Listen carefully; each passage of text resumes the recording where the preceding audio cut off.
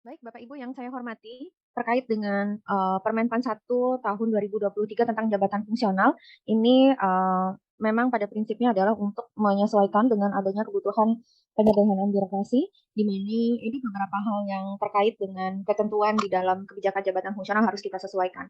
Apalagi juga sudah terbit adanya Permenpan 6 tahun 2022 dan juga Permenpan 7 tahun 2022. Pada prinsipnya, beberapa hal yang melatar belakangi adanya perubahan di dalam kebijakan mengenai pembinaan jabatan fungsional ini uh, yang pertama adalah kaitannya dengan tugas.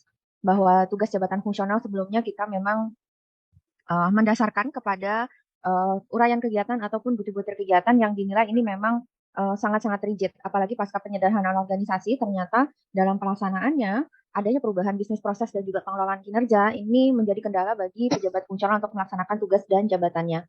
Kemudian kaitannya dengan pola karir dalam jabatan fungsional untuk yang pengangkatan pertama, ini biasanya ada masalah terkaitnya adalah dengan adanya jabatan antara. Ketika CPNS mau diangkat ke fungsional, mereka biasanya akan diberikan jabatan antara atau waktu tunggu diangkat ke dalam jabatan fungsionalnya ini sangat-sangat lama. Sehingga keterlambatan pengangkat dalam jabatan fungsional ini juga menjadi kendala sendiri di dalam karir si pejabat fungsional pada saat dia mulai dari CPNS-nya. Dan kemudian tidak jarang juga penempatan dan kinerja ini tidak sesuai dengan formasi jabatan fungsional pada saat CPNS. Terus kemudian terkait dengan yang perpindahan, biasanya yang menjadi kendala adalah bahwa perpindahan jabatan fungsional ini dilaksanakan hanya dalam satu rumpun jabatan fungsional. Jadi ini ternyata membatasi ruang gerak pejabat fungsional karena untuk perpindahan dia harus satu rumpun gitu, tidak bisa untuk lintas rumpun. Dan pengaturan yang ada di dalam Permenpan 13 tahun 2019 ini sifatnya hanya mengatur mengenai perpindahan antara JA dan JPT. Jadi belum mengatur sepenuhnya mengenai perpindahan antar jabatan fungsionalnya. Dan yang diatur di dalam Permenpan 13 ini pun hanya perpindahan antar jabatan fungsional ahli utama saja gitu. Nah, ternyata perpindahan antar ahli utama ini seringkali dipahami adalah sebagai peluang untuk perpanjangan batas usia pensiun sehingga kita melihatnya sebetulnya pengembangan karir ke jabatan fungsional ahli utama seharusnya kita kembalikan pada memang kebutuhan dari skill atau kompetensi pejabat fungsional tersebut yang berbasis kepada expertise atau keahlian. Untuk itu sebetulnya yang kita apa namanya kita atur kembali di dalam Permenpan 1 tahun 2023 ini adalah career mobility-nya pejabat fungsional baik antar kelompok jabatan baik dari JA maupun JPT maupun di dalam jabatan fungsional itu sendiri. Nah, kaitannya dengan yang penyesuaian atau in-passing memang sebelumnya kalau di Permenpan 13 itu in-passing hanya kita berikan dalam hal penetapan JF baru atau perubahan ruang lingkup tugas jabatan fungsional serta adanya kebutuhan mendesak. Nah, di dalam pasca penyerahan birokrasi kemarin ternyata memang ada kebutuhan untuk bahwa penyesuaian ini pun perlu dilakukan pada jabatan yang setara. Jadi kalau in-passing yang sebelumnya itu kan hanya berbasis kepada kesetaraan pangkat ataupun dari segi aspek pendidikan. Tapi untuk yang sekarang, penyesuaian atau in-passing dapat dilakukan dalam hal jabatan yang setara. Nah, in-passing ketika berdasarkan pangkat golongan, ada kemungkinan juga downgrade atau upgrade pada jabatan sebelumnya, gitu ya. Nah, ini yang berusaha kita atur kembali di dalam Permenpan 1. Terus kemudian kaitannya dengan promosi, memang kita dulu sebetulnya mengarahnya adalah kepada manajemen talenta, di mana salah satu kriterianya ini adalah kelompok rencana suksesi dan juga syarat inovasi. Tapi ternyata dalam pelaksanaannya belum ada ukuran yang tepat dalam penilaian inovasi itu tersebut. Terus kemudian juga ternyata dalam hal pelaksanaan manajemen talenta, belum semua instansi pemerintah itu mampu melaksanakan manajemen talenta karena juga hampir apa ya istilahnya belum semuanya itu juga punya assessment center gitu. Padahal di dalam manajemen talenta salah satu aspek yang diperlukan pada instansi itu adalah adanya assessment center. Nah, pola karir jabatan fungsional juga terbatas pada jabatan fungsional saja sebelumnya, ya sehingga kemudian di Permenpan 1 kita coba atur kembali mengenai apa namanya pola karir jabatan fungsional yang tidak terbatas hanya pada jabatan fungsional saja. Kemudian mengenai penilaian kinerja Bapak Ibu. Penilaian kinerja sendiri memang selama ini dalam waktu yang berjalan ada 3 metode atau mekanisme penilaian kinerja. Ada yang berbasis konvensional, ada yang berbasis konversi, dan integrasi. Tapi pada prinsipnya semuanya masih berbasis kepada administratif. Artinya adalah kelengkapan-kelengkapan berkas sebagai bukti kerja, kemudian juga masih berbasis kepada sebagian besar prosesnya. Nah, ini dinilai sangat tidak efektif dan efisien. Ini hanya merupakan apa ya, istilahnya alur yang sangat panjang gitu ya. Ada misalnya antara Dupak dengan SKP juga kemudian tidak linear gitu. Terus butuh waktu untuk yang penilaian ke tim penilai angka kreditnya, terus kemudian dari tim penilai angka kredit ke pejabat penetap PAK-nya, kemudian sampai dengan hal-hal yang lainnya. Nah, kemudian juga ternyata pembatasan nilai yang 150% juga kadang karena dia ada persyaratan untuk yang unsur penunjang dan pengembangan profesi, ternyata ini juga menjadi kendala. Nah, untuk itu kemudian karena sifat yang sangat-sangat rigid tadi, sehingga eh, pengelolaan kinerja kalau berdasarkan sistem penilaian kinerja yang lama ini hanya berbasis kepada capaian target angka kredit saja. Tapi di luar itu, pengembangan atau pengelolaan terhadap kinerja itu sendiri akhirnya menjadi dikesampingkan. Nah, ini yang coba kita perbaiki di dalam Permenpan 1 tahun 2023. Nah, ini beberapa perbedaan mekanisme penilaian kinerja JF yang mungkin nanti Bapak Ibu bisa pelajari secara lebih detail, yang pada prinsipnya memang alurnya sangat panjang, yaitu mulai dari penyusunan berkegiatan, kemudian ada pengusulan dupaknya, kemudian penilaian oleh tim penilai, sampai ke penetapan angka kreditnya. Nah, ini yang coba kita perbaiki. Kemudian kaitannya dengan kenaikan pangkat, ini mungkin masih ada satu lagi tambahan di dalam Permenpan 1, bahwa sebelumnya mungkin apa namanya tidak ada mekanisme kenaikan pangkat istimewa. Nah, sekarang di dalam Permenpan 1 tahun 2023 ditambahkan ketentuan mengenai kenaikan pangkat istimewa bagi pejabat fungsional. Nah, untuk kenaikan jenjang jabatan juga karena tadi masih berlandaskan pada yang sebagian konvensional, konversi, integrasi gitu ya. Nah, ini kenaikan jenjang jabatan kadangkala terkendala juga formasi gitu ya, karena masih berdasarkan pada anjap ABK gitu. Terus kemudian pasca penyetoran jabatan antara pangkat pada jenjang ini kadang yang tidak linear. Nah, ini coba kita atur kembali bahwa untuk kenaikan jabatan ini menjadi salah satu aspek mekanisme di dalam karir, yaitu masuk ke dalam mekanisme promosi atau kenaikan jenjang jabatan, di mana memang akan dilakukan uji kompetensi gitu. Jadi prosesnya masih tetap dengan uji kompetensi. Nah, kemudian tugas instansi pembina juga ini yang menjadi kendala adalah bahwa banyak hal yang masih terfokus kepada hal-hal yang sifatnya administratif, rekomendasi formasi, kemudian uji kompetensinya apa ya istilahnya lebih terpakunya hanya kepada bagaimana hasil pengujiannya, tapi aspek kompetensi skillnya belum bisa dieksplor secara optimal. Kemudian pelaksanaan diklat dan uji kompetensi ini sifatnya masih sangat-sangat terbatas. Nah, ini yang coba kita angkat kembali, kita atur kembali, di mana kita akan dorong instansi pembina itu sebagai apa namanya capacity business partner untuk sama-sama kita mencoba untuk lebih terfokus pada pengembangan kompetensi dan profesi jabatan fungsional itu sendiri. Nah, dari berbagai latar belakang tersebut, pada prinsipnya sebetulnya ada dua aspek yang kita atur kembali di dalam Permenpan 1 tahun 2023, yaitu mengenai tugas dan ruang lingkup kegiatan, di mana sifatnya ini lebih kepada simplifikasi ruang lingkup tugas jabatan fungsional yang berbasis pada ekspektasi kinerja yang bersangkutan. Kemudian juga mengenai pola karir jabatan fungsional ini lebih kita gambarkan pada talent mobility yang berbasis pada pola karir horizontal, vertikal, dan diagonal. Kemudian pengelolaan kinerja ini juga yang berbasis pada pemenuhan ekspektasi kinerja dan pengembangan kompetensi, serta bagaimana pengembangan kompetensi ini akan mendukung kepada pemenuhan kompetensi minimal JF, yang mana kita memberikan kesempatan kepada pejabat fungsional untuk seluas-luasnya melakukan pengembangan kompetensinya. Nah, ini basisnya adalah nanti pada pembelajaran terintegrasi, serta juga pada standarisasi kelas jabatan yang bertujuan untuk mendorong pada kualitas jabatan fungsional yang sama. Nah, yang terakhir ini adalah penyederhanaan jumlah jabatan fungsional yang telah ditetapkan. Saat ini kan ada 292. Nah, bagaimana kita akan mencoba melihat peluang pada konsolidasi JF yang kita basisnya pada klasifikasi. Nah, yang pertama Bapak Ibu, kaitannya dengan tugas jabatan fungsional dan juga bagaimana kita akan membuat ruang lingkup jabatan fungsional itu sendiri. Pada prinsipnya tugas JF dan ruang lingkup JF itu akan berbasis kepada pelayanan teknis fungsional. Nah, ini nanti tetap ruang lingkup tugas jabatan fungsional ini akan disusun untuk setiap jenjang jabatan fungsional. Kemudian, nah bagaimana nanti tugas dan ruang lingkup ini akan bisa disesuaikan sesuai dengan kebutuhan untuk pemenuhan ekspektasi kinerja yang bersangkutan. Jadi tidak dikunci pada butir-butir kegiatan, tapi cukup pada ruang lingkup dan tugas jabatan fungsional yang sifatnya nanti bisa fleksibel gitu. Terus kemudian nanti secara kedudukan jabatan fungsional ini di dalam ketentuan sebelumnya hanya berkedudukan di bawah jabat struktural, tapi pada prinsipnya sebetulnya karena kita sudah beralih ke suatu organisasi yang sifatnya agile, fleksibel, maka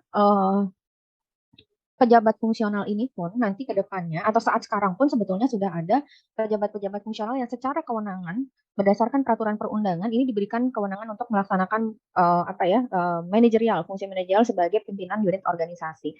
Nah, ini membuat bahwa pejabat fungsional itu tidak selalu melulu di bawah pejabat struktural, tapi juga bisa di bawah pejabat fungsional yang lainnya gitu ya. Yang sifatnya sebetulnya nanti kita harapkan pejabat fungsional ini akan bisa bekerja secara kolaboratif baik di dalam organisasi atau unit organisasinya gitu ya. Terus kemudian eh, terkait dengan penyesuaian pada sistem kerja berdasarkan Permenpan 7. Jadi pejabat fungsional itu nanti sistem kerjanya tidak lagi berbasis kepada hierarki atau sifatnya adalah tradisional di mana dicirikan dengan strategi keputusan peraturan ataupun pelaporan itu sifatnya adalah berjenjang dan pekerjaannya itu terkotak-kotak gitu ya. Nah, ini akan kita melakukan peralihan ke sistem kerja yang sifatnya adalah kolaboratif dan dinamis.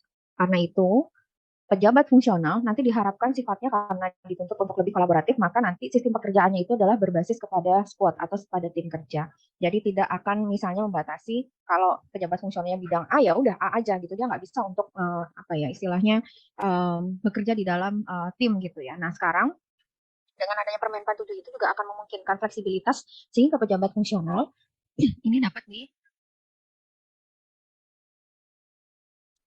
ditugaskan secara lintas unit gitu ya. Nah, penetapan tim ini pun juga sifatnya nanti fleksibel. Mungkin tahun ini akan membutuhkan sekitar 2-3 tim, tahun depan mungkin akan berbeda lagi dan seterusnya tergantung dari target ekspektasi kinerja.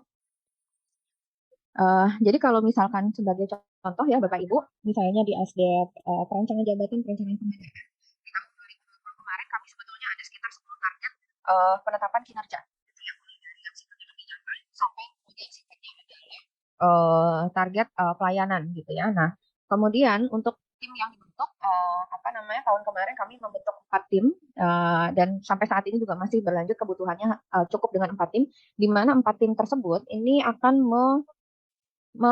merealisasikan atau melakukan pemenuhan ekspektasi kinerja terhadap 4 pokja tadi untuk memenuhi dari 10 target kinerja yang ditetapkan tadi gitu. Jadi ini hanya sebagai gambaran pun masalah kebutuhan seberapa banyak anggota tim tersebut, ada berapa PIC yang ditunjuk dan sebagainya gitu. Jadi sifatnya kita betul-betul untuk melaksanakan apa yang dimaksud dengan penyederhanaan birokrasi. Jadi tidak ada lagi sifatnya koordinator, subkoordinator dan sebagainya, tapi memang PIC yang bertanggung jawab terhadap pelaksanaan kinerja dari tim tersebut gitu.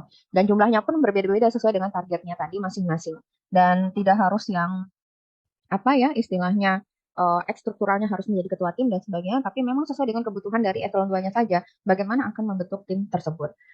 Nah, kemudian Bapak Ibu terkait dengan karir dalam jabatan fungsional ataupun yang tadi kita sebutkan melalui mekanisme talent mobility itu sendiri, untuk yang pertama, mekanisme pengangkatan dalam jabatan fungsional ini dilaksanakan dalam 4 hal. Satu, pengangkatan pertama, ini Bapak Ibu sudah memahami adalah melalui pengangkatan dari pengadaan CPNS. Terus kemudian yang kedua adalah melalui pengangkatan melalui perpindahan, kemudian yang ketiga penyesuaian, dan yang keempat promosi. Untuk pengangkatan yang pertama tentunya sesuai dengan peraturan pemerintah bahwa pengadaan CPNS ini akan kita laksanakan untuk pemula, terampil, ahli pertama, dan ahli muda. Terus kemudian untuk yang mekanisme dalam pengangkatan pertama, ini nomenklatur jabatan fungsional, ini perlu istilahnya harus ditetapkan sejak dalam keputusan CPNS-nya. Kenapa? Karena untuk memberikan penegasan bahwa yang bersangkutan melamar pada jabatan fungsional dan nantinya akan diangkat dan dilantik dalam jabatan fungsional. Nah, terus kemudian mengenai kelas jabatan fungsional juga karena yang bersangkutan memang apply-nya atau melamarnya adalah pada jabatan fungsional, maka sebetulnya akan diberikan kelas sesuai dengan jabatan fungsional. Hanya saja mungkin nanti tunjangan fungsionalnya belum bisa diberikan karena dia belum dilantik dalam jabatan fungsional. Dan untuk besarannya pun biasanya kalau CPNS kan biasanya akan mulai dari 80%-nya. Terus kemudian untuk pelantikan jabatan fungsional, kalau ketentuan sebelumnya adalah paling lama 1 tahun setelah diangkat PNS dia dilantik ke dalam jabatan fungsional, maka yang sekarang pelantikan jabatan fungsional dilaksanakan bersamaan dengan pelantikan pegawai negeri sipilnya. Jadi sesaat setelah dilantik PNS yang bersangkutan akan dilantik ke dalam jabatan fungsionalnya gitu. Nah, untuk kaitannya dengan diklat fungsional memang sudah tidak lagi menjadi persyaratan di Permenpan 1 tahun 2023, tapi nantinya diklat fungsional itu akan kita dorong menjadi diklat-diklat untuk pemenuhan kompetensi yang bersangkutan. Jadi bagian dari bagian dari pengembangan kompetensi.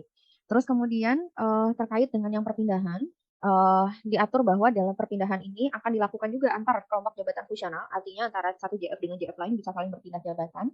Terus kemudian perpindahan antara kelompok jabatan fungsional, JPT maupun JF.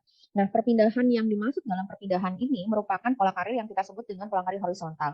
Tapi kuncinya adalah perpindahan tersebut dilaksanakan pada jenjang yang setara. Nah, kemudian hal lain yang kita atur bahwa perpindahan ini sifatnya dilaksanakan boleh antar atau lintas rumpun jabatan fungsional.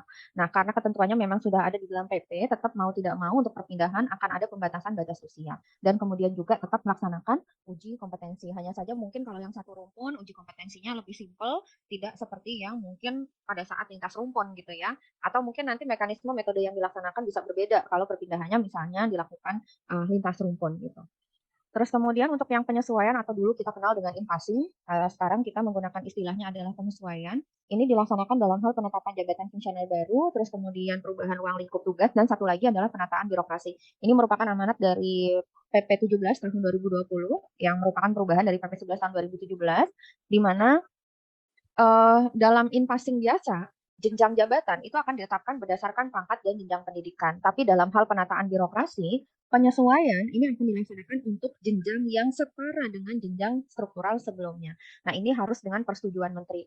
Jadi untuk yang penataan birokrasi, ini memang hanya bagi mereka yang terdampak penyederhanaan birokrasi. Jadi kalau untuk instansi yang mau mengusulkan adanya penyesuaian melalui penyetaraan jabatan, salah satu syaratnya adalah harus sudah ada pelaksanaan dari penyederhanaan organisasinya terlebih dahulu, baru bisa dilaksanakan penyetaraan jabatan gitu ya. Kalau sekarang kan hampir semuanya sudah selesai melaksanakan penyederhanaan organisasi atau penyerahan birokrasi. Terus kemudian yang terakhir, ini adalah melalui mekanisme promosi, ini biasanya melalui jalur karir yang sifatnya adalah karir horizontal dan juga diagonal. Horizontal itu adalah untuk yang kita sebut dengan kenaikan jenjang jabatan kalau untuk mencapai angka kredit kumulatif, sedangkan kalau untuk yang diagonal ini adalah pengangkatan antara JF, JPT, JA, di mana ini ada kenaikan jabatannya gitu ya. Jadi misalnya contoh, jabatan fungsional ahli pertama diangkat ke jabatan struktural pengawas misalnya gitu ya.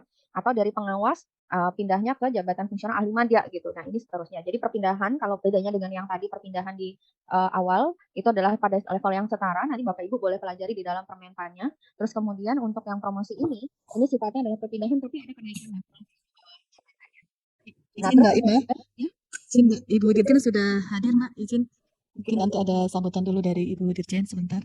Oke, baik. Bu, yang saya hormati Bu Dirjen Tenaga Kesehatan, Bapak Ibu para direktur di lingkungan tenaga kesehatan, izin Ibu menyampaikan bahwa kegiatan ini diselenggarakan terkait lahirnya Permenpan baru terkait jabatan fungsional, dan sosialisasi ini diperuntukkan untuk semua jajaran di Janakes Bu, baik di pusat maupun di tingkat UPT. Dan saat ini sudah bergabung, yang sudah bisa masuk gabung di link adalah sekitar 481, dan masih banyak yang lagi masih di waiting room Bu. Untuk itu Bu, perkenan untuk membuka kegiatan ini dan memberikan arahan. Demikian, terima kasih. Assalamualaikum warahmatullahi wabarakatuh. Waalaikumsalam warahmatullahi wabarakatuh. Yang terhormat tentunya narasumber dari Kemenpan RB, Ibu PLT Sesdijen, dan Direktur sekaligus Direktur Pembinaan dan Pengawasan Tenaga Kesehatan, para direktur di lingkungan Dijen Tenaga Kesehatan, para direktur Potekes, kepala balai, pelatihan, dan seluruh peserta pertemuan yang cukup banyak ya. Assalamualaikum warahmatullahi wabarakatuh, salam sejahtera, salam sehat untuk kita semua. Tentunya alhamdulillah pada hari ini kita bisa mengikuti sosialisasi Permenpan RB nomor 1 tahun 2023 tentang jabatan fungsional. Bersama kita sudah ada narasumber tentunya yang sangat sudah memahami, karena memang Permenpan 1 nomor tahun 2023 ini banyak hal-hal yang perlu kita sikapi ya, dan banyak perubahan yang seharusnya bisa kita pelajari bersama. Oleh karena itu saya minta Bu Elvi untuk mengarrange pertemuan pada hari ini. Kita tahu bahwa keberhasilan pembangunan kesehatan dan pelayanan kesehatan tentunya harus didukung oleh ASN ya, yang profesional, berkualitas, dan tentunya dalam hal ini kita juga dituntut untuk bisa bersikap profesional, mengembangkan karir kita sebagai ASN, dan bukan ASN masa lalu ya, tapi ASN sekarang, di mana kinerja ASN ini sangat mempengaruhi dengan kinerja organisasi. Berbagai upaya telah dilakukan, termasuk sejalan dengan Undang-Undang ASN nomor 5 tahun 2014 tentang aparatur sipil negara, diamanatkan bahwa khususnya pejabat fungsional kesehatan hendaknya menerapkan sistem merit dalam melaksanakan manajemen ASN, sehingga diharapkan nantinya para ASN ini bisa memiliki profesionalitas yang baik, kemudian memberikan pelayanan yang baik, serta jenjang karir yang jelas. Kalau dulu kita jenjang karir itu benar-benar semakin ke atas semakin sulit ya, dan juga seperti menghitung kancing gitu ya. Jadi berdasarkan umur, berdasarkan pangkat. Nah, rasanya sekarang Menpan RB sudah tidak seperti itu lagi, semangatnya sudah berubah, sudah banyak hal yang sudah dilakukan selama ini untuk melakukan perubahan pola karir dari ASN itu sendiri. Berbagai peraturan sebenarnya sudah dilakukan untuk perubahan bagaimana kita mengatur jabatan khususnya jenjang karir melalui jabatan fungsional ASN ini. Dan yang terakhir adalah dengan Permenpan 1 nomor 2023 yang nanti akan disosialisasikan, perlu kita dengar perubahan-perubahan apa, karena di sini tentunya banyak pembina dari kepegawaian yang ada di berbagai daerah yang harusnya memahami adanya perubahan-perubahan tersebut. Kami sering sekali di pusat menghadapi kenyataan di mana pembina dari buat ASN-ASN di daerahnya untuk jenjang karirnya ya, dan tentunya ini tidak diinginkan. Kasihan sekali karena ketidakpahaman kemudian kita tidak bisa memproses jenjang karir para ASN yang ada di wilayah Bapak Ibu ini dengan baik ya, dengan cepat ya, dan tentunya juga ada berbagai hal bagaimana penilaian itu dilakukan. Contohnya adalah bagaimana standar kompetensi jabatan fungsional kesehatan ini dilakukan, kemudian adanya pelatihan, pendidikan yang harus dilakukan. Juga tadi juga disampaikan bagaimana sekarang mekanisme pengangkatan ASN mulai dari pertama kali dia jadi CPNS, kemudian dia mendapatkan jabatan fungsional. Ada berbagai terobosan-terobosan yang harus kita dengarkan baik-baik, yang kita simak baik-baik. Bahkan saya pun sedang ikut belajar nih, Bu Ibma, untuk bisa memahami supaya nantinya saya juga tahu adanya peraturan-peraturan baru gitu ya. Untuk itu Bapak Ibu, dengan adanya kesempatan yang baik ini yang sudah dilakukan oleh Bu Direktur untuk melakukan sosialisasi, hendaknya kita bisa benar-benar aktif mendengarkan ya, dan ikut menyimak dengan baik, dan aktif untuk bertanya jika ada hal-hal yang kurang atau kurang bisa dipahami. Waktunya rasanya cukup ya Bu Elvi, supaya teman-teman di lapangan ini tidak lagi menjadi keraguan gitu. Dan bahkan kalau nggak salah saya pun ada penyederhanaan jenis jafung dari setiap, kalau kita dari nakes gitu ya, mungkin dari tempat lain juga sama. Ini adalah sesuatu yang baru yang benar-benar harus kita simak lah. Saya berharap juga dari tempatnya Bu Direktur dengan timnya benar-benar bisa memahami sehingga nantinya bisa menjembatani setiap permasalahan yang ada di daerah, ketika ditanya oleh daerah bisa menjawab dengan baik. Ya, untuk itu tentunya dengan mengucapkan Bismillahirrahmanirrahim, saya buka secara resmi sosialisasi Permenpan RB nomor 1 tahun 2023 tentang jabatan fungsional, dan mudah-mudahan Allah Subhanahu wa taala selalu memberikan keridhaan dan kemudahan dalam segala aktivitas yang kita lakukan. Demikian, wabillahi taufiq wa hidayah. Wassalamualaikum warahmatullahi wabarakatuh. Baik, Bu Dery, mungkin bisa kita lanjutkan. Terima kasih banyak Ibu Dirjen atas arahannya. Baik, kami lanjutkan Bapak Ibu terkait pada aspek ketiga yang diatur di dalam Permenpan 1 tahun 2023 ini, yaitu pada aspek pengelolaan kinerja jabatan fungsional. Jadi tadi seperti yang di awal sudah disampaikan latar belakang mengenai perubahan terhadap penilaian kinerja di dalam jabatan fungsional, di mana memang betul-betul kegiatan ini dipandang atau dilihat sangat-sangat membatasi dan sangat-sangat rigid serta tidak efektif ataupun tidak efisien dalam proses penilaiannya, maka di dalam sistem pengelolaan kinerja kita harapkan ini sudah bisa lebih simpel dalam hal mekanisme penilaian kinerjanya. Jadi pada prinsipnya pengelolaan kinerja jabatan fungsional ini berbasis pada pemenuhan ekspektasi kinerja yang terdiri atas dari perencanaan kinerja, mulai dari perencanaan kinerjanya, terus kemudian bagaimana pelaksanaan pemantauan dan pembinaan kinerjanya, terus kemudian juga bagaimana evaluasi kinerja pejabat fungsionalnya, serta bagaimana kemudian kita akan melaksanakan tindak lanjut dari hasil evaluasi kinerja tersebut. Gitu. Jadi pada prinsipnya pengelolaan kinerja ini akan dimulai dari bagaimana kita melakukan perencanaan sampai pada akhirnya nanti evaluasi kinerja pejabat fungsional ini harus ditindaklanjuti. Nah, evaluasi kinerja terhadap pejabat fungsional ini nanti akan ditetapkan sebagai predikat kinerja jabatan fungsional. Nah, dari predikat kinerja jabatan fungsional inilah yang kemudian dikonversikan menjadi angka kredit yang nanti dapat ditetapkan secara tahunan maupun secara periodik. Jadi sifatnya nanti Bapak Ibu pejabat fungsional nanti akan melakukan perencanaan kinerja tahunan yang dilaksanakan melalui dialog kinerja dengan atasan. Kemudian di akhir evaluasi itu akan dilakukan oleh atasan atau pejabat penilai, atau penilaian SKP lah sifatnya nanti akan menjadi dasar konversi nilai SKP itu menjadi nilai angka kredit. Jadi kalau untuk contoh misalnya predikat sangat baik itu akan mendapatkan nilai angka kreditnya adalah 150% dikalikan koefisien tahunan angka kredit pada jenjang yang bersangkutan dan seterusnya gitu sampai dengan yang predikatnya sangat kurang. Nah, nilai angka kredit ini tentunya nanti akan juga bisa mendapatkan nilai tambahan apabila pejabat fungsional akan atau memperoleh ijazah pendidikan formal yang lebih tinggi, di mana dia akan diberikan tambahan angka kredit 25% dari angka kredit kumulatif kenaikan pangkatnya. Jadi tambahannya hanya itu. Jadi unsur penunjang pengembangan profesi ini sudah tidak lagi dilaksanakan di dalam mekanisme pengelolaan kinerja. Jadi betul-betul berbasis kepada pengelolaan kinerja pejabat fungsional. Nah, ini sebagai gambaran nilai Bapak Ibu. Jadi kalau misalkan pejabat fungsional ahli muda dengan predikat kinerja butuh perbaikan, maka dia akan otomatis di tahun tersebut mendapatkan nilai 18,75. Nah, nilai ini akan bisa ditetapkan secara periodik karena sifatnya adalah tahunan ya, angka kredit tahunan. Jadi nanti akan dilihat juga kalau Bapak Ibu misalkan evaluasi kinerjanya ini sifatnya dilaksanakan misalnya per 6 bulan sekali gitu ya. Jadi nanti mungkin 6/12 dikalikan predikat kinerja dikalikan dengan koefisien per tahunnya. Jadi sifatnya adalah lebih simpel.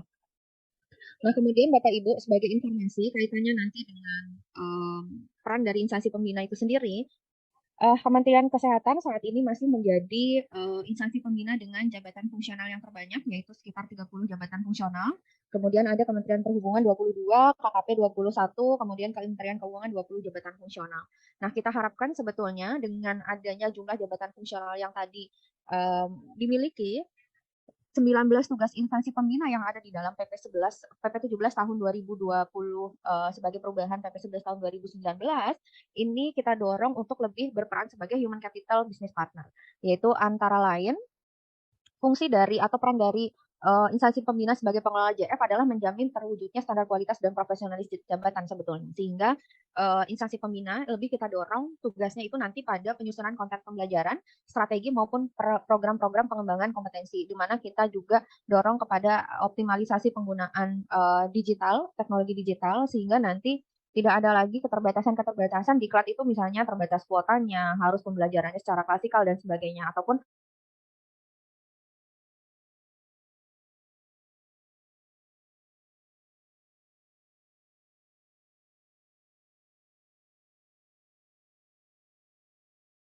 akan bisa memenuhi 3A gitu ya, anywhere, any device, anytime gitu ya. Jadi kapanpun dengan device apapun dan dimanapun itu bisa diakses. Nah, ini harapannya adalah supaya terpenuhi pada pemenuhan kompetensi manajerial, sosial kultural dan juga teknis gitu. Nah, kaitannya dengan pejabat fungsional nanti diharapkan pejabat fungsional pengembangan kompetensi ini sifatnya adalah wajib sesuai dengan kebutuhan maupun juga sebagai pertimbangannya adalah minat atau aspirasi dari pejabat fungsional tersebut.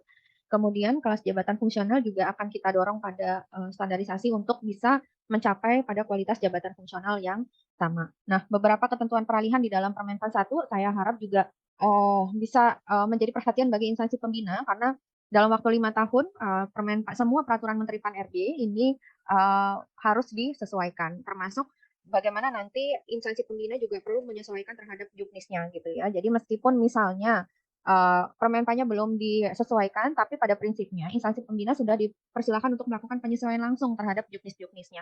Kenapa? Karena di dalam Permenpan 1 itu juga sudah dicabut sebagian ketentuan-ketentuan pembinaan di dalam jabatan fungsional yang ada di ketentuan penutup, di mana berarti secara amanat peraturan perundang-undangan, instansi pembina bisa langsung melakukan penyesuaiannya.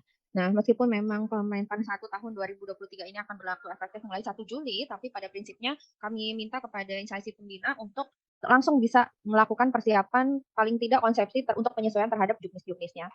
Nah, beberapa amanat Permenpan 1 tahun 2023 kepada BKN ini lebih banyak kaitannya memang adalah mekanisme dan tata cara penghitungan angka kreditnya, kemudian bagaimana mekanisme kenaikan pangkatnya, termasuk tadi ya kenaikan pangkat istimewa, kemudian mekanisme kenaikan jenjang, kemudian tata cara penyesuaian angka kredit kumulatif yang sifatnya masih sebagian besar konvensional ke angka kredit sistem konversi baru. Nah, untuk alur penetapan juga sebetulnya masih kurang lebih sama karena ini diatur di dalam Permenpan juga mengenai standar pelayanan di Kementerian Pan-RB. Pada prinsipnya nanti akan tetap ada usulan baik revisi maupun baru, tapi untuk yang baru sementara kami masih melaksanakan moratorium, jadi kami dorong untuk revisi terhadap jabatan fungsional yang sudah ada dengan yang tadi karena sudah tidak ada butir kegiatan, maka pada prinsipnya ruang lingkup dan tugas jabatan ini bisa dilaksanakan secara lebih fleksibel atau agile. Kemudian ada rekomendasi, penyusunan rancangan sampai dengan penetapan dan pengundangan. Baik, mungkin kurang lebih itu yang menjadi pengantar untuk diskusi kita pada pagi hari ini, Bapak Ibu. Barangkali nanti Bapak Ibu mungkin bisa mempelajari secara lebih detail mengenai Peraturan Menteri Pan-RB Nomor 1 Tahun 2023 tentang jabatan fungsional ataupun melalui chatbot Si Pandai. Barangkali demikian, Bapak Ibu. Selanjutnya kami kembalikan kepada moderator. Terima kasih. Assalamualaikum warahmatullahi wabarakatuh. Ya. Terima kasih Mbak Ipma sudah menyampaikan paparnya terkait dengan sosialisasi Permenpan 1 2023. Baik, terima kasih. Kami persilakan Bapak Ibu. Izin Mbak Ipma saat ini yang sudah hadir ini ada dari lingkungan Ditjen Nakes ya, dari Ditjen Nakes, kemudian dari UPT-nya baik di Poltekkes maupun Balai Besar Pelatihan maupun Balai Pelatihan, Mbak. Jadi silahkan Bapak Ibu, kami persilakan secara langsung dapat menyampaikan pertanyaan terhadap tadi yang disampaikan oleh Mbak Ipma. Kami persilakan Bapak Ibu. Silakan dari Poltekkes Surakarta. Iya, dengan Pak Sudiro. Ya, silakan Pak Sudiro. Tadi saya mendengar kalau tidak salah fungsional bisa diangkat saat jadi tetapan PNS ya, dari CPNS. Kalau tidak salah gitu. Nah, ini saya mau nanya, kebetulan di tempat kami ada CPNS dosen. Kemudian dia sebelumnya pernah bekerja di tempat yang lain dan sudah pernah disertifikasi sebagai dosen. Nah, pada saat di Poltekkes ini ketika CPNS, dia melaksanakan tugas, cuma belum sebagai dosen fungsional. Apakah bisa mengajukan fungsional? Itu setelah pada saat bersamaan dengan PNS-nya ditetapkan PNS. Karena untuk dosen ada ketentuan harus mengajar minimal 2 semester dan ada nilai kum yang harus dipenuhi. Gitu. Pertanyaan saya, apakah boleh mengajukan atau langsung ditetapkan sebagai fungsional dosen gitu. Terima kasih. Terima kasih Pak Sudiro. Izin Mbak Ipma atau langsung atau kita tampung dulu? Mungkin 3 dulu ya Mbak, 3 penanya dulu saja. Baik. Silakan mungkin Pak Mansur ya. Silakan Pak Oh ya, Mansur. baik. Ya. Terima kasih Bu Dery. Assalamualaikum warahmatullahi wabarakatuh. Selamat pagi. Makasih Ibu Ipma sudah memberikan pencerahan kepada kita. Jadi pertanyaan pertama saya ini, Ibu Ipna, bagaimana hukum ke depan untuk jabatan fungsional kesehatan? Karena selama ini kan kita punya hukum itu adalah hukum dengan portofolio dengan mengacu pada PAK yang ada. Itu yang pertama, bagaimana hukumnya ke depan, karena kita tidak berbasis lagi dengan angka kredit. Dengan terbitnya Permenpan nomor 1 ini, 30 jenis jabatan fungsional kesehatan kan sudah dicabut. Itu yang pertama. Yang kedua menyangkut formasi, Ibu Ipma. Bagaimana ke depan nanti formasi jabatan fungsional ini? Pertama muda madya, apakah akan dibuka seperti dosen begitu memenuhi syarat sesuai ketentuan yang ada akan diangkat satu jenjang lebih tinggi, atau mungkin nanti akan ada syarat-syarat yang akan disesuaikan dengan Permenpan nomor 1. Itu saja Ibu Ipma, itu saja Ibu Dery, makasih. Assalamualaikum warahmatullahi wabarakatuh. Waalaikumsalam warahmatullahi wabarakatuh. Waalaikumsalam warahmatullahi wabarakatuh. Satu lagi Pak Santoso, silakan dari Balai Litbangkes. Baik, terima kasih Bu Dery. Izin tadi disampaikan oleh Ibu Ipma bahwa untuk Permen 1 2023 ini mulai berlaku bulan Juli. Nah, terkait dengan hal itu, kami ini mantan peneliti yang baru dilantik bulan September 2022 kemarin sebagai fungsional EPID. Tadinya saya peneliti, kemudian fungsional EPID. Nah, terkait dengan itu, saya sedang mengusulkan angka kredit. Tapi kan dalam aturan itu kalau tidak salah per 6 bulan. Nah, sementara saya baru bulan September. Nah, mengusulkan angka kredit berarti kalau 2022 hanya 4 bulan.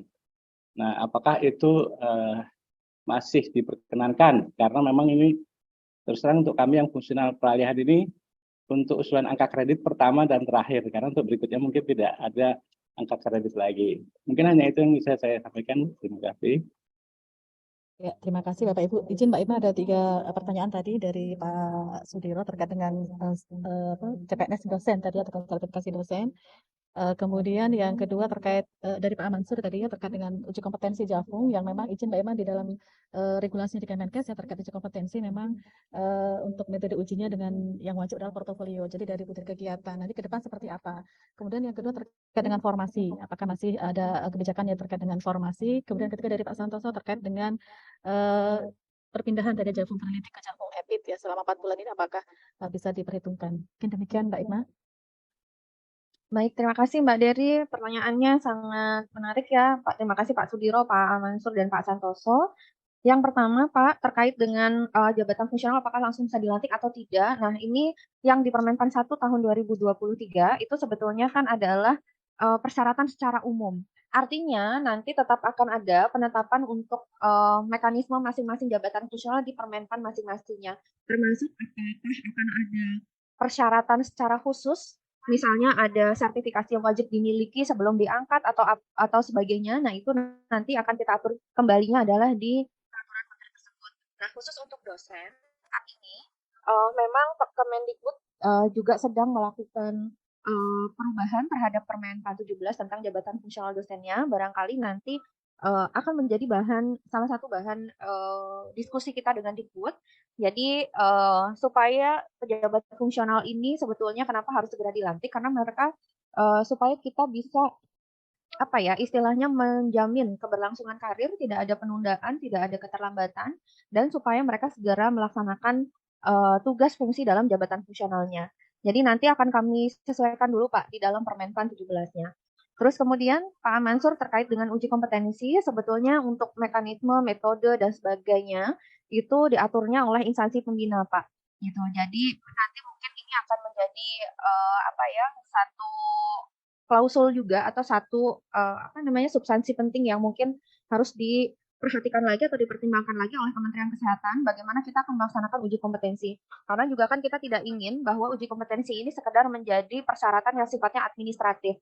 Tapi kita inginnya uji kompetensi ini adalah betul-betul untuk melakukan quality control terhadap kompetensi atau skill para pejabat fungsional di lingkup Kementerian Kesehatan gitu ya. Jadi jangan hanya portofolio lulus gitu ya. Itu gimana kalau misalkan hanya misalnya portofolio tapi secara skill prakteknya ternyata belum bisa terjamin gitu. Barangkali ini harus menjadi perhatian bagi Kemenkes gitu ya. Jadi mau metodenya misalnya seleksinya melalui seleksi digital, uji kompetensi digital, praktek dan sebagainya itu menurut kami harus segera kita lakukan penyesuaian juga. Artinya bagaimana sih sekarang apalagi kan instansi pembina kita dorong untuk bisa menjamin pada standar kualitas dan profesi jabatan fungsional gitu ya Pak. Jadi mungkin nanti Mbak Dery kami menitipkan ke tim tim dari Kementerian Kesehatan untuk bisa melihat kembali mekanisme uji kompetensi yang dilaksanakan sekarang apakah sudah tepat atau masih perlu di-upgrade lagi gitu. Namanya skill gitu ya. Kalau namanya skill juga kan pasti setiap tahun, setiap masa itu akan ada upgrade gitu termasuk tentunya adalah bagaimana kita melakukan pengujiannya. Nah, terus kemudian kaitannya dengan Pak Santoso tadi dengan penilaian angka kredit ya Pak. Memang di Izin Permenpan Bu 1 Ipna, tentang formasi tadi belum terjawab. Apakah nanti akan dibuka seperti dosen? Harus ada formasinya atau begitu memenuhi syarat kita boleh naik satu jenjang lebih tinggi? ya, Makasih. oke. Jadi maupun promosi. Promosi kan di dalamnya ada antar jabatan maupun kenaikan jenjang ya Pak. Semuanya berbasis kebutuhan. Jadi tetap semuanya harus melalui formasi penetapan harus ada formasinya dulu Pak. Hanya saja di dalam Permenpan 1 ini kalau misalnya nih antara pejabat fungsional kenaikan pangkat sama kenaikan jenjang bersamaan kan biasanya harus naik jenjang dulu ya Pak, baru kemudian nanti naik pangkat. Nah, kalau ternyata formasinya terbatas dan belum ada, maka bagi mereka yang antara kenaikan pangkat dan kenaikan jenjang bersamaan, maka boleh diberikan kenaikan pangkat terlebih dahulu, baru nanti setelah itu kalau ada formasi untuk naik jenjang, diberikan kenaikan jenjang. Tapi ini hanya berlaku untuk yang madya ya Pak, kalau untuk yang utama masih belum bisa. Gitu. Barangkali seperti itu ya Pak. Ya, Nah, makasih Bu kemudian, Ipna. baik. Makasih Mbak. Nah, untuk yang Pak Santoso, Pak, terkait dengan penilaian kinerja, memang di Permenpan 1 kan sudah kita atur bahwa kinerja yang sampai dengan 31 Desember tahun 2020 31 Desember 2022 itu akan dihitung masih menggunakan mekanisme Dupang atau sesuai dengan Permenpan masing-masing atau dengan Permenpan 13 gitu ya. Jadi Bapak Ibu masih bisa mengusulkan yang kinerja sampai dengan Desember. Nah, periode penilaian atas kinerja itu kita buka sampai dengan bulan Juni, Pak. Sampai dengan bulan Juni tahun 2023. Jadi kita juga dorong kepada instansi pembina ataupun instansi pemerintah yang sudah punya tim penilai angka kredit untuk membuka periode penilaian sampai dengan 30 Juni 2023 gitu ya. Kinerjanya yang dinilai adalah sampai dengan 31 Desember. Nah, bagaimana dengan yang 1 Januari 2023 sampai dengan yang 30 Juni 2023 ini? Nah, Pada prinsipnya, karena penilaian angka kredit kan biasanya berbeda dengan periode penilaian SKP ya, maka kemarin kami menetapkan bahwa yang bisa dinilai itu adalah sampai dengan 31 Desember 2022 saja dulu gitu ya, yang dengan mekanisme DOPAK. Nah, tetapi kalau memang akan ada penilaian yang sifatnya periodik di dalam instansi pemerintah, maka nanti akan kita lihat bisa dilaksanakan melalui konversi nilai angka kredit gitu ya, tapi di sisi lain juga kita buka peluang untuk penilaian secara DOPAK sampai dengan 30 Juni tadi gitu ya. Jadi mana yang lebih memungkinkan saja gitu. Karena kalau berbasis pada konversi kan juga kita akan melihat dari segi mekanisme konversi itu mungkin baru bisa dikonversikan kan di akhir tahun gitu ya. Karena kita baru bisa melihat prediksi tersebut. Tapi yang penting yang kita dorong justru harus dari instansi pembina dan instansi pemerintah masing-masing yang sudah punya tim penilai angka kredit untuk bisa melakukan penilaian angka kreditnya sampai dengan 30 Juni. Jadi supaya dibuka periode penilaiannya. Kesempatan terakhir untuk melakukan penilaian secara konvensional pun kita buka sampai dengan 30 Juni. Barangkali itu Bu Dery, Pak Santoso, terima kasih.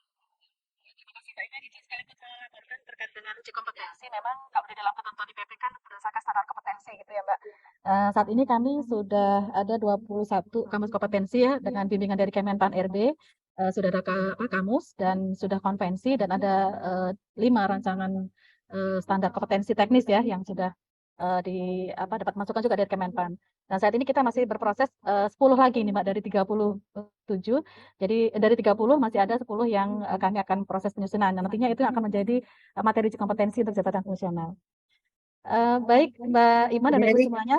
Bu Saat Dery, ini Bu Ipma, ya, boleh saya sedikit menambahi tadi yang baik, silakan Ibu Direktur. Bu Dery, Bu Ipma, dengan adanya lahirnya Permenpan 1 tahun 2023, juga adanya Permenpan 6 ya 2022 tentang penilaian kinerja, kemudian terkait juga dengan mandat adanya uji kompetensi, saya mohon ini ya mendapatkan informasi. Tadi Bu Dery sudah menyampaikan akan adanya standar kamus ya, kamus kompetensi.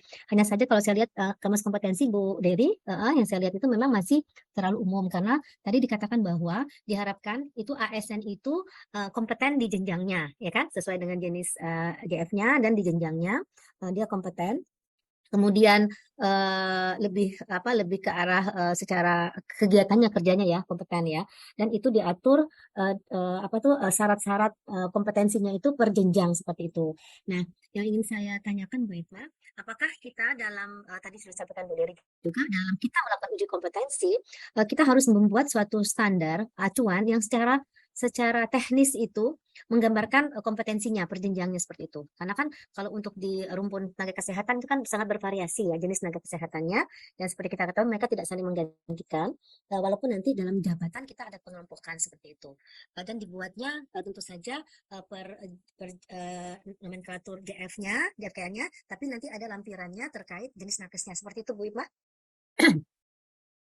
Iya, pada prinsipnya gini Bu, memang untuk yang standar kompetensi akan kita istilahnya susun per jenjang jabatan fungsional karena ya tadi seperti yang saya sampaikan mengenai pengembangan kompetensi bahwa kenapa standar kompetensi itu harus disusun per jenjang karena untuk pemenuhan minimum requirement pada setiap jenjang jabatan.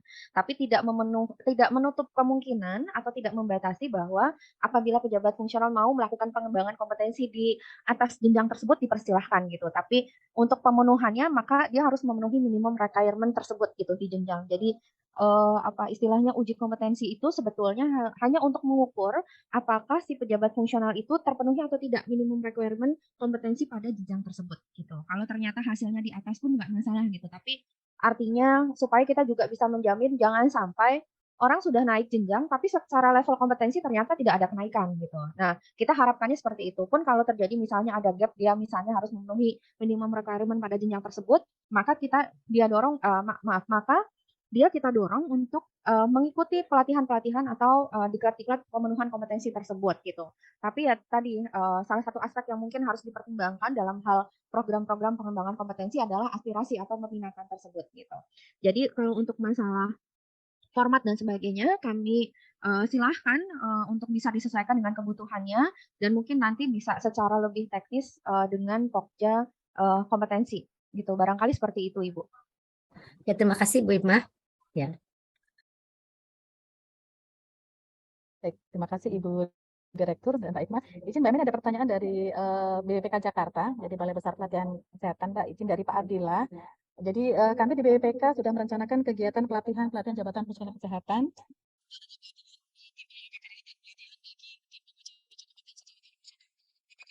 Ini masih bisa dilaksanakan atau dilakukan penyesuaian dengan ketentuan. Kemudian yang kedua dari Pak Adi di ZKPKI, bagaimana mekanisme konversi SKP ke angka kredit? Siapa dan kapan dilakukan? Itu Mbak, mungkin izin dari yang di Rumsas. Silakan Pak, ini ada 2 pertanyaan lagi. Nah, oke, baik. Terima kasih Mbak Dery. Pelatihan-pelatihan sebetulnya tidak ada kendala, jadi bukan berarti dengan Permenpan 1 terbit terus pelatihannya dihentikan gitu ya, tapi masih tetap bisa dilaksanakan. Nah tadi, tapi utamanya adalah untuk pemenuhan kompetensi tersebut gitu. Termasuk misalnya pelatihan terhadap tim penguji kompetensinya ya. Nah ini justru mungkin bisa dilaksanakan sebagai upaya dalam rangka persiapan untuk ke situ gitu. Jadi mungkin begini. Kalau dulu kita punya tim penilai angka kredit yang mungkin bisa dilaksanakan sampai dengan setiap instansi pemerintah punya TPAK gitu ya. Nah, kita dorong TPAK ini untuk menjadi tim penguji kompetensi saja. Karena pada prinsipnya di dalam PP 11 tahun 2017 ataupun di PP 17 tahun 2020, uji kompetensi itu tidak melulu harus dilaksanakan oleh instansi pembina. Tapi uji kompetensi dapat dilaksanakan oleh instansi pemerintah yang melaksanakan jabatan fungsional dengan fasilitasi atau akreditasi dari instansi pembinanya. Jadi kita dorong nih mungkin BPPK itu untuk lebih menyiapkan pelatihan-pelatihan yang tadinya sebagai tim penilai angka kredit itu menjadi tim penguji kompetensi saja. Supaya kenapa? Supaya nanti masing-masing instansi pemerintah bisa melaksanakan uji kompetensi masing-masing. Jadi supaya tidak tadi akhirnya nggak tunggu-tungguan di instansi pembina karena banyak antrian dan sebagainya. Gitu. Jadi mungkin lebih kita dorong ke arah situ. Terus kemudian yang kedua untuk yang mekanisme. Izin Bu Irma, Bu Dery izin, yang kami maksud tadi pelatihan jabatan fungsional pengangkatan pertama Bu, apakah masih bisa dilanjutkan atau masih bisa Pak, masih bisa. Yang pengangkatan pertama masih bisa? Iya, karena tadi yang seperti saya sampaikan Pak, bahwa diklat-diklat fungsional itu kita dorong menjadi diklat-diklat untuk pemenuhan kompetensi Pak. Jadi masih tetap bisa untuk dilaksanakan, tapi tidak lagi menjadi syarat. Artinya diklat fungsional itu hanyalah diklat-diklat sebagai bagian dari pengembangan kompetensi pejabat fungsional. Oke, baik, terima kasih. Baik. Terus kemudian untuk yang kedua ya, kalau mungkin saya tidak salah menangkap pertanyaannya, mekanisme penetapan angka kreditnya ya Mbak Dery ya? Ya, mekanisme konversi SKP. Ya, jadi ya betul. Jadi sesuai dengan yang tadi saya munculkan lagi saja slide-nya.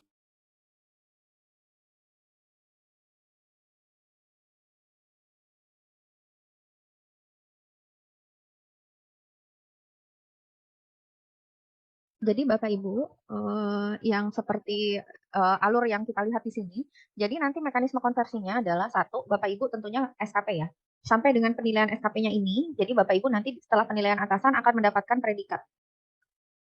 Sebentar, saya ubah dulu. Oke, jadi nanti Bapak Ibu ketika dilakukan penilaian atasan atau penilaian oleh pejabat penilai, Bapak Ibu akan mendapatkan predikat ini. Ya, mulai dari predikat sangat baik, butuh perbaikan, kurang, dan sangat kurang.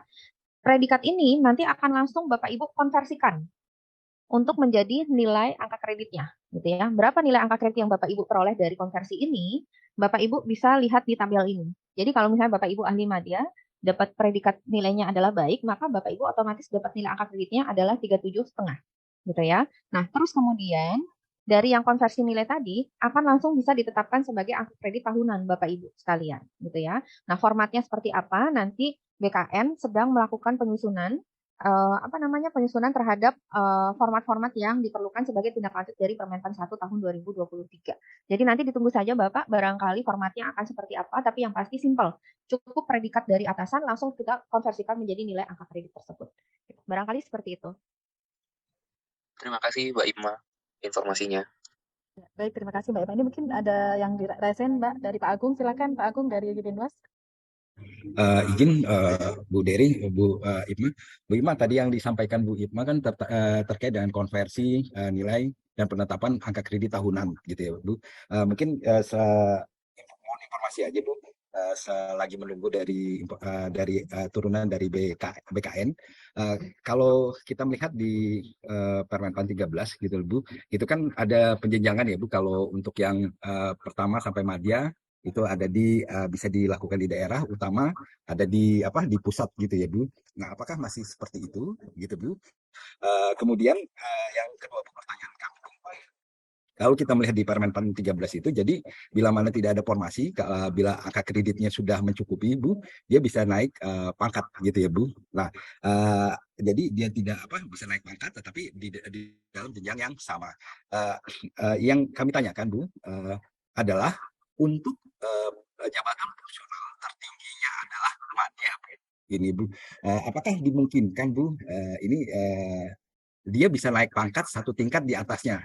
Gitu Bu, karena ini kan yang mentok kan yang di 4C gitu Bu. Terima kasih Bu Ima, Bu Dery. Langsung saja Mbak Ima izin. Oke, baik Pak. Mudah-mudahan saya tidak salah menangkap pertanyaan Bapak ya. Karena tadi saya tiba-tiba Pak Asdep WA saya. Jadi Pak, untuk mekanisme sendiri, memang kalau yang sebelumnya kan ada ya, tim penilai daerah, tim penilai pusat, tim penilai instansi pembina gitu ya, istilahnya kan seperti itu. Kalau sekarang sudah murni Pak oleh atasan langsung semuanya. Jadi pejabat penilai ya, dalam hal ini adalah pejabat penilai. Jadi pejabat penilai itu kan definisinya adalah atasan langsung atau pejabat lain yang ditunjuk gitu ya. Jadi murni kalau misalkan ternyata pejabat penilai kita adalah atasan, otomatis nilai adalah hasil dari konversi langsung oleh atasan. Jadi nanti begitu SKP keluar, kita predikatnya apa, ya sudah, itu langsung kita konversikan menjadi nilai angka kredit kita, Pak. Jadi lebih simple, lebih cepat karena udah otomatis langsung keluar nilai angka kreditnya gitu. Tapi memang untuk dalam hal misalnya kumulatif kenaikan pangkat, nah itu nanti perlu sifatnya gini Pak, gambarannya. Misalnya nih di tahun pertama saya dapat saya dapat predikat kinerjanya baik, saya muda berarti saya 25. Di tahun selanjutnya saya dapat predikatnya sangat baik, saya jenjangnya muda, saya dapat 37,5 dan seterusnya dan seterusnya. Jadi kita juga harus perlu aware kira-kira nih dalam di tahun keberapa sih kita bisa mengumpulkan nilai angka kredit kumulatif kenaikan pangkat. Gitu. Jadi kita harus bisa memprediksikan sendiri. Karena itu juga kita mendorong kita untuk mendapatkan kinerja yang terbaik lah, istilahnya seperti itu.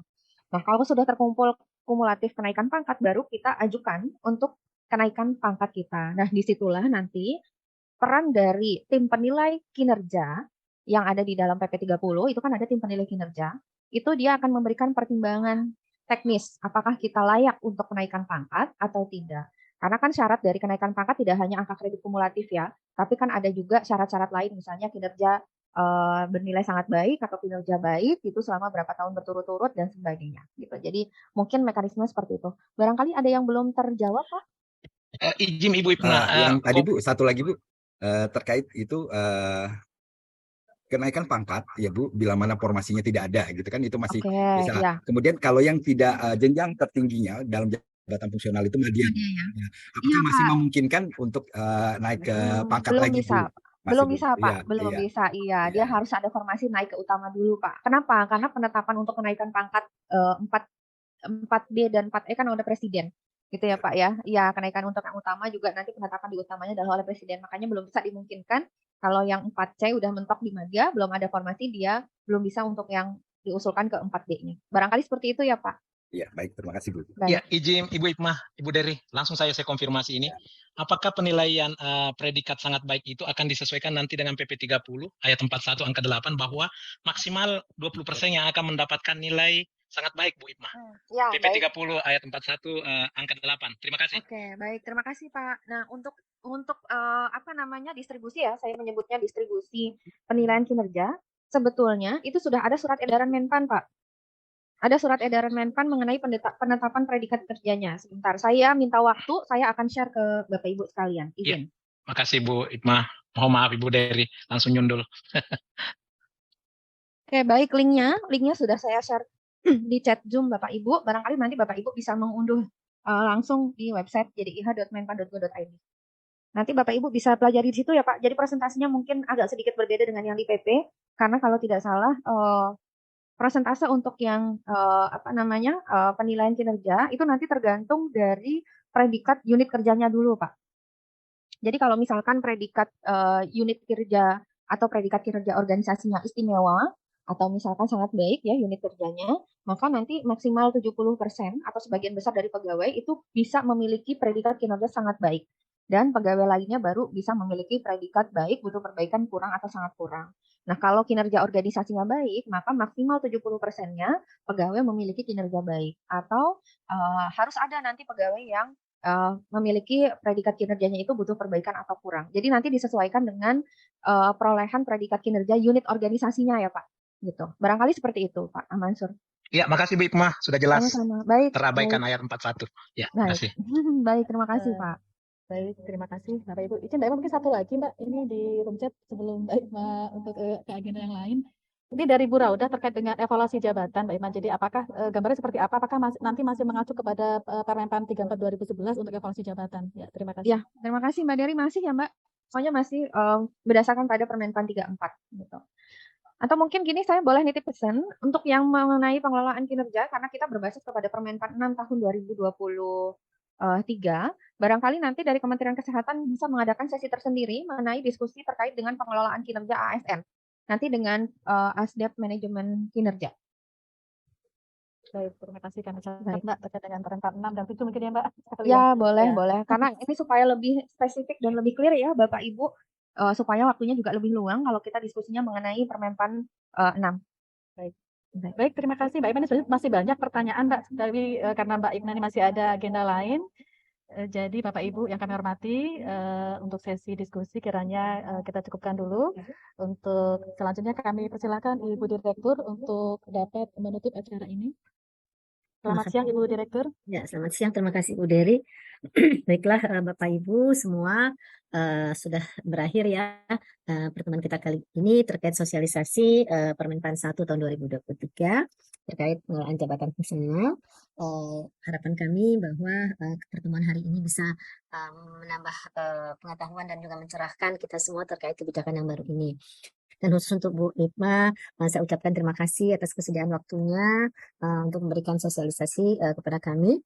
Dan selanjutnya mungkin akan kami tindak lanjut dengan aspek yang lainnya terkait untuk pengelolaan kinerja dan juga tentang uji kompetensi, karena saya lihat ada beda ya, ada sendiri khusus ya untuk di internal di Jenakes, dan khususnya untuk Direktorat Binwas yang memang mendapat amanah untuk mengelola JFK itu memang harus lebih mengetahui ya, makanya akan mengampu sekian banyak fasilitas pelayanan kesehatan yang ada JFK-nya.